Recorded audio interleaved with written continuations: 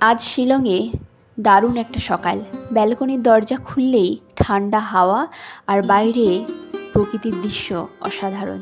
দূরে ওই আস্তে আস্তে মেঘগুলো জমছে। এসেছি একটু বারান্দায় ফ্রেশ হয়ে এক কাপ কফি হাতে।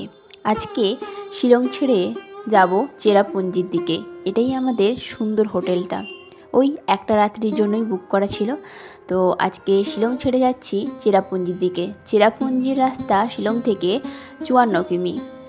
শিলং ছাড়তেই দুই ধারে উঁচু পাইন গাছ, মাঝে মাঝে মেঘ নেমে আসছে, গাড়ির ভেতর ঝাপসা করে দিচ্ছে। চেরাপুঞ্জি বিশ্বের সবচেয়ে বৃষ্টি ভেজা জায়গা। এখানে হঠাৎ রোদ, হঠাৎ মেঘ। তবে আমাদের কপালটা ছিল ওই দিন খুবই খারাপ। রোদের দেখা মিললই না। বিশ্বের সবচেয়ে বৃষ্টি ভেজা জায়গায়, তার ওপর বর্ষাকাল। কপালের দোষ দিয়েই লাভ কি বলুন। গাড়ি যত এগোচ্ছে হঠাৎ চারপাশ সাদা হয়ে যাচ্ছে। 10 হাত দূরের কিছু দেখা যাচ্ছে না, শুধু পাইন বন। চেরাপুঞ্জিতে আকাশ যেন রাস্তায় হেঁটে বেড়াচ্ছে, এটাই মনে হচ্ছে। এখানে কোনো রকম কোনো জিপিএস কিন্তু কাজ করে না।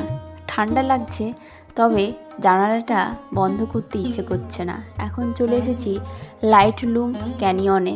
এসেই অঝরে বৃষ্টি, তাই আর গাড়ি থেকে বেরোতেই পারলাম না। আসলে দৃশ্যটা এমন দেখতে ছিল। এই সুন্দর ভিউটা পাওয়ার আশায় এইখানে এসেছিলাম, তবে আর কি, কপাল খারাপ। এখন চলছি 7 সিস্টার ফলসের দিকে। জানি দেখতে পাবো না এই ভরা বর্ষাতে। আসলে 7 সিস্টার ফলস দেখাটাও খুব মুশকিল, হয়তো 2-3 বার এলে একবার দেখতে পাওয়া যায়। যাই হোক, 7 সিস্টার ফলসটা তো আর তেমনভাবে দেখা হলো না। এবার যাচ্ছি গার্ডেন অফ কেভের দিকে।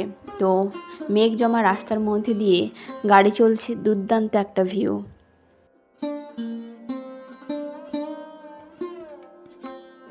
এসে গেছি গার্ডেন অফ কেভসে। তো এখানে 100 টাকা করে টিকিট মূল্য। বড় বড় গুহার ভেতর দিয়ে এত সুন্দরভাবে ঝর্ণা নেমে এসেছে, পাথর ভিজে পিছল। আর এখানে আসলে না প্রচুর গাছ কিন্তু পাবেন।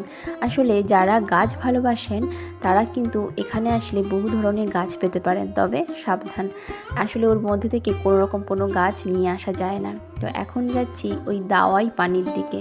তো ওখান থেকে বেরিয়ে তো খেতে এসেছিলাম এই চেরাপুঞ্জির একটা হোটেলে। দুর্দান্ত ভিউ। ওই যে কিছুক্ষণ আগে বলছিলাম না, চেরাপুঞ্জিতে পুরো আকাশ মেঘ যেন রাস্তায় নেমে আসে, সেরকম একটা ভিউ। খাওয়া দাওয়া করে এসেছিলাম সন্ধ্যের দিকে ওই বাংলাদেশের ভিউ পয়েন্টে। ওই যে দূরে দেখতে পাচ্ছেন, আসলে এত মেঘাচ্ছন্ন ব্যাপারটা পুরো ক্লিয়ারভাবে দেখাতে পারলাম না। ওই যে দূরে, ওটা হচ্ছে বাংলাদেশ।